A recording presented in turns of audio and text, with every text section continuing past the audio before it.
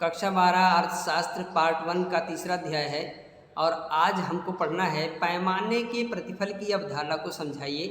समोत्पाद वक्रों की सहायता से प्रतिफल की विभिन्न अवस्थाओं को प्रदर्शित कीजिए। प्यारे बच्चों, तो सबसे पहले हमको इसमें देखना है पैमाने का प्रतिफल। जो पैमाने का प्रतिफल है उसकी क्या अवधारणा होती है, इसका क्या अर्थ होता है, इसका क्या सार है, ये हमको समझना है। Returns to scale. तो देखिए पैमाने का प्रतिफल क्या है। पैमाने के प्रतिफल उत्पादन फलन की दीर्घकालीन प्रवृत्ति को सूचित करता है। देखिए पैमाने का जो प्रतिफल है ये उत्पादन फलन की दीर्घकालीन प्रवृत्ति होती है। दीर्घकालीन प्रवृत्ति का मतलब मैंने आपको पहले बताया था कि हमारी अल्पकाल और दीर्घकाल जो होता है, अल्पकाल में हम जो है वस्तु का उत्पादन करते हैं, थोड़े समय के लिए होता है, तो उसमें एक साधन स्थिर होता है, बाकी अन्य साधन परिवर्तनशील होते हैं। लेकिन दीर्घकाल में उत्पत्ति का कोई भी साधन स्थिर नहीं होता है, बल्कि सारे साधन परिवर्तनशील होते हैं, क्योंकि उनको आवश्यकता अनुसार बढ़ाया घटाया जा सकता है। इससे उत्पादन में वृद्धि भी होती है और कमी भी होती है, लेकिन कोई साधन दीर्घकाल में उत्पत्ति का कोई भी साधन स्थिर नहीं होता, सारे परिवर्तनशील होते हैं, ये आपको ध्यान रखना है। तथा उन्हें आवश्यकता अनुसार परिवर्तित किया जा सकता है। अब इसमें आगे देखेंगे आप,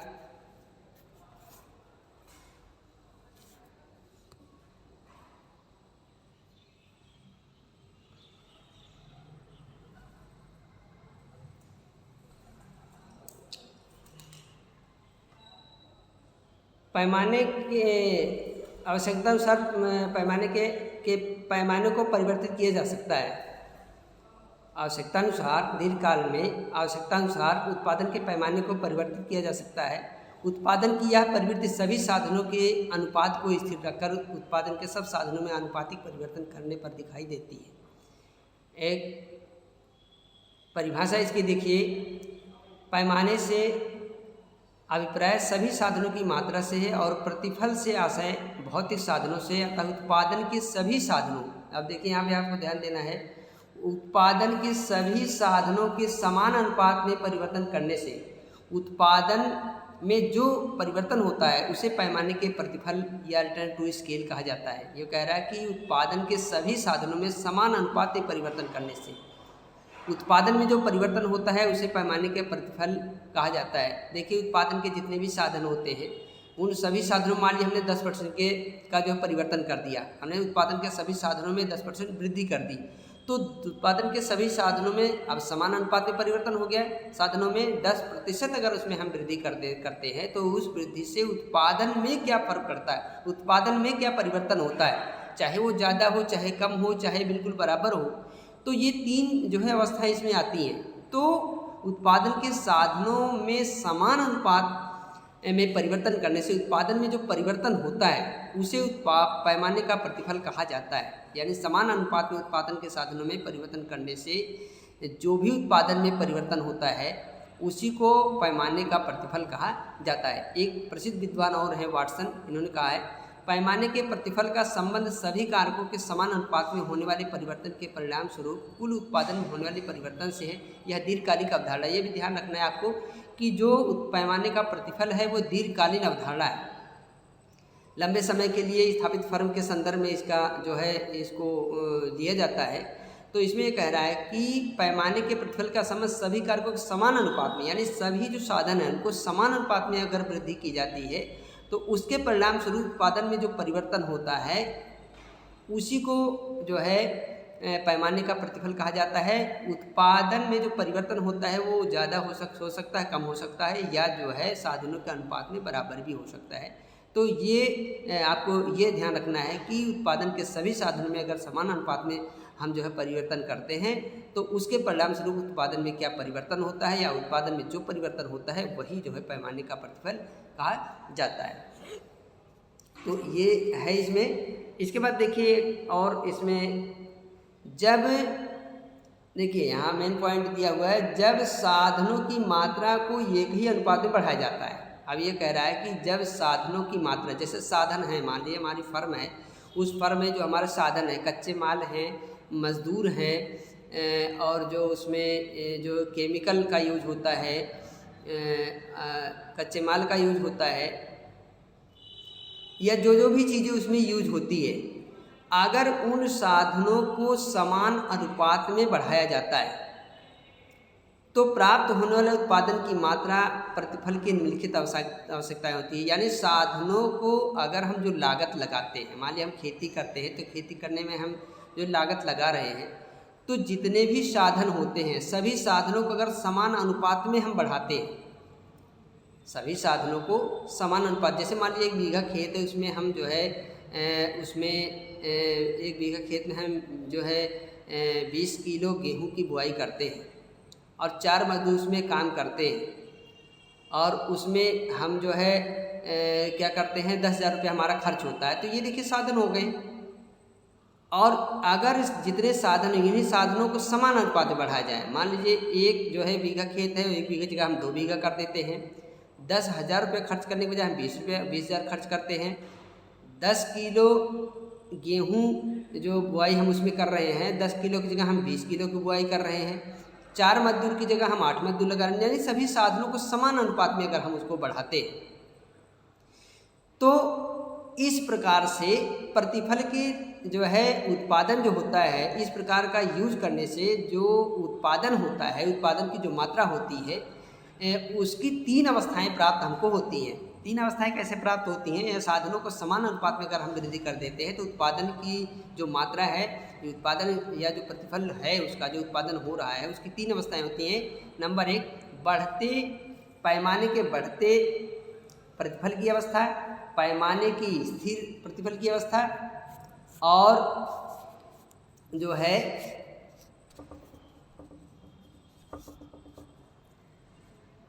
पैमाने के घटते प्रतिफल की अवस्था, ये हमारी होती है। ध्यान से देखना है आपको। हमारी इसमें 3 अवस्था हमने देखा, इसमें हमने 3 अवस्था देखा। पैमाने के बढ़ते प्रतिफल की अवस्था, पैमाने के स्थिर प्रतिफल की अवस्था, और तीसरा है पैमाने के घटते प्रतिफल की अवस्था। यानी ये 3 अवस्थाएं प्राप्त होती है पैमाने के प्रतिफल में। तो सबसे पहला हम इसमें देखेंगे पैमाने के बढ़ते प्रतिफल की अवस्था। तो इसमें तीनों को शॉर्टकट में पहले मैं आपको बता दूं।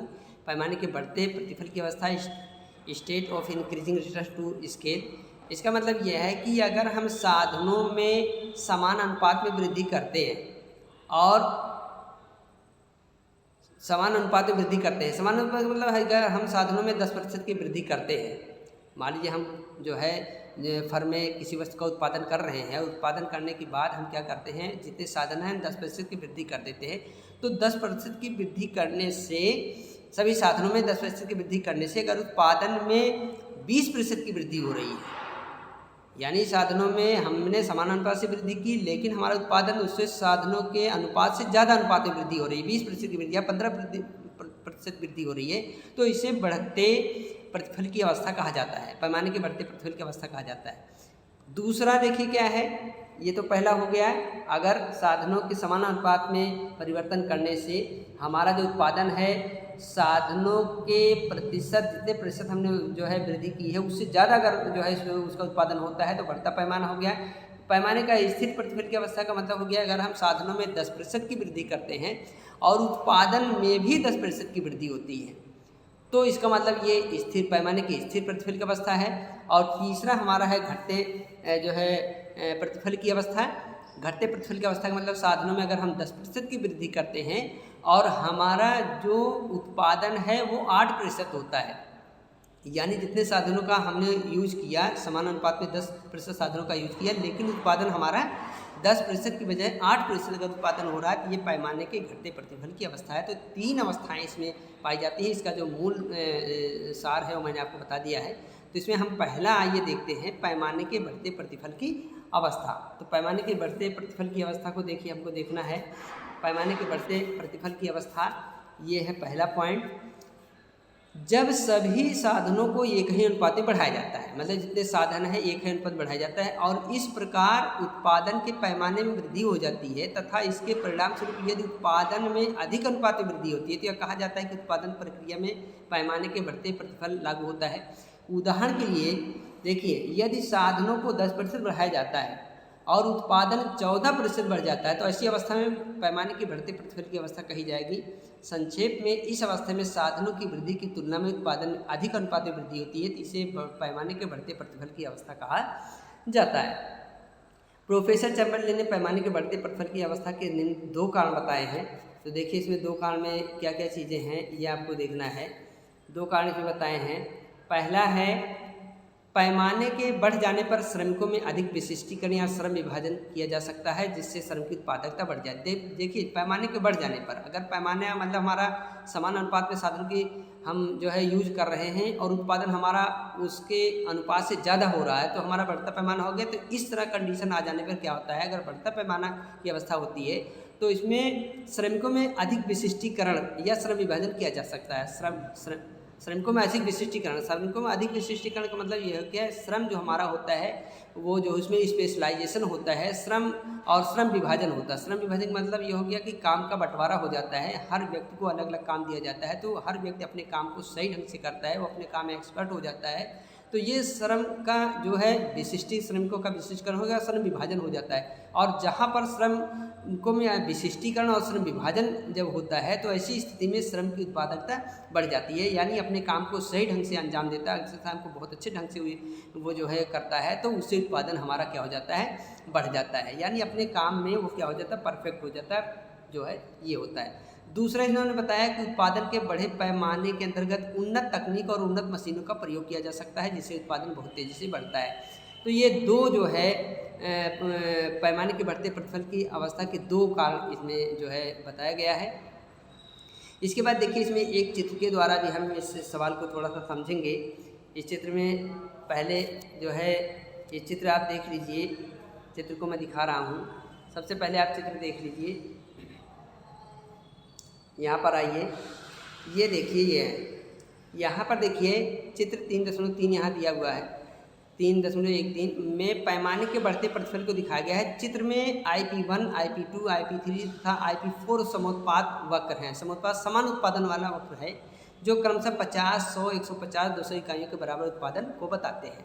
ये समोत्पाद रेखाएं उत्पादन में एक समान वृद्धि 50 इकाइयों के बराबर है, यानी सभी जो है जो इकाई है वो जो है समोत्पाद जो रेखाएं हैं, समान उत्पादन करने वाली जो यहाँ रेखा नीचे वक्र बना हुआ है, अभी आपको दिखेगा, तो ये सभी जो है रेखाएं क्या है, 50 इकाई के बराबर वृद्धि करती हैं। हर इकाई क्या होती है, 50 इकाई जो है उत्पादन करती है, 50 इकाई की वृद्धि दिखाता है। पैमाना रेखा OE का प्रत्येक टुकड़ा दोनों साधनों X और Y, देखिए इसमेमें 2 साधनों का यूज हुआ है, X साधन और Y साधन। जो O जो है यहाँ पर देखेंगे, जो O X रेखा है वो हमारा इस पे X साधन है और OY रेखा पर हमारा Y साधन है। 2 साधनों का यूज हो रहा है। तो इन दोनों साधनों का यूज होने से क्या होता है, ये रेखाएं पैमाना रेखा OE को टुकड़ों AB, BC, CD में बांट देती है। पैमाना रेखा OE का टुकड़ा, प्रत्येक टुकड़ा दोनों साधनों X और Y की एक निश्चित मात्रा को बताता है। चित्र में प्रत्येक टुकड़े की लंबाई कम होती जाती है। देखिए इसमें दिया हुआ है, ये कह रहा है AB, BC, CD, ये 3 जो है हम इसमें जो है खंडों में बटा हुआ है और प्रत्येक टुकड़ा दोनों साधनों X और Y की निश्चित मात्रा को बताता है। चित्र में प्रत्येक टुकड़े की लंबाई कम होती जाती है। इसमें देखिए चित्र में क्या करेंगे आप, प्रत्येक टुकड़े की लंबाई कम होती जाती है। यहाँ देखिए चित्र में A से B और B से C, ए से बी वाला टुकड़ा बड़ा है, बी से सी वाला उससे छोटा है, सी से डी वाला उससे छोटा है। ये टुकड़े हैं छोटे क्या होते हैं, ये कह रहा है कि कम होते चले जाते हैं। तो जब कम होते चले जाते हैं तो यहाँ कह रहा है कि प्रत्येक टुकड़ों की लंबाई जो है क्या होती है, कम होती चली जाती है। प्रत्येक टुकड़ों की लंबाई कम होती चली जाती है, अर्थात C D less than B C और B C less than A B. देखिए सी डी, ये सी डी क्या है, सी डी बी से छोटा है। जो सी डी है हमारा है, सी डी ई जो है क्या है, सी डी हमारा सी डी हमारा जो है बी सी से छोटा है और बी सी हमारा ए बी से छोटा है।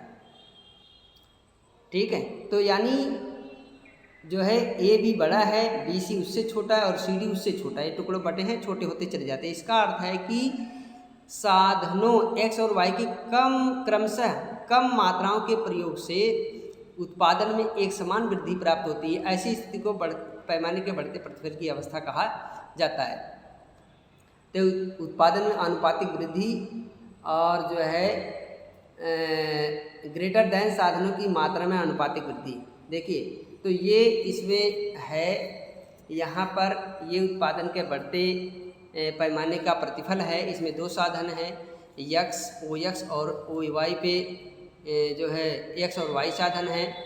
अब यहाँ पर दोनों साधनों का यूज करने से क्या होता है, देखिए अब जैसे जैसे यहाँ पर क्या होता है, जैसे x1 xy है और x2 है, x2 और xy है। देखिए x2 और xy ये जो हमारा पहला टुकड़ा है, ये पहला टुकड़ा है, ए और बी टुकड़ा है।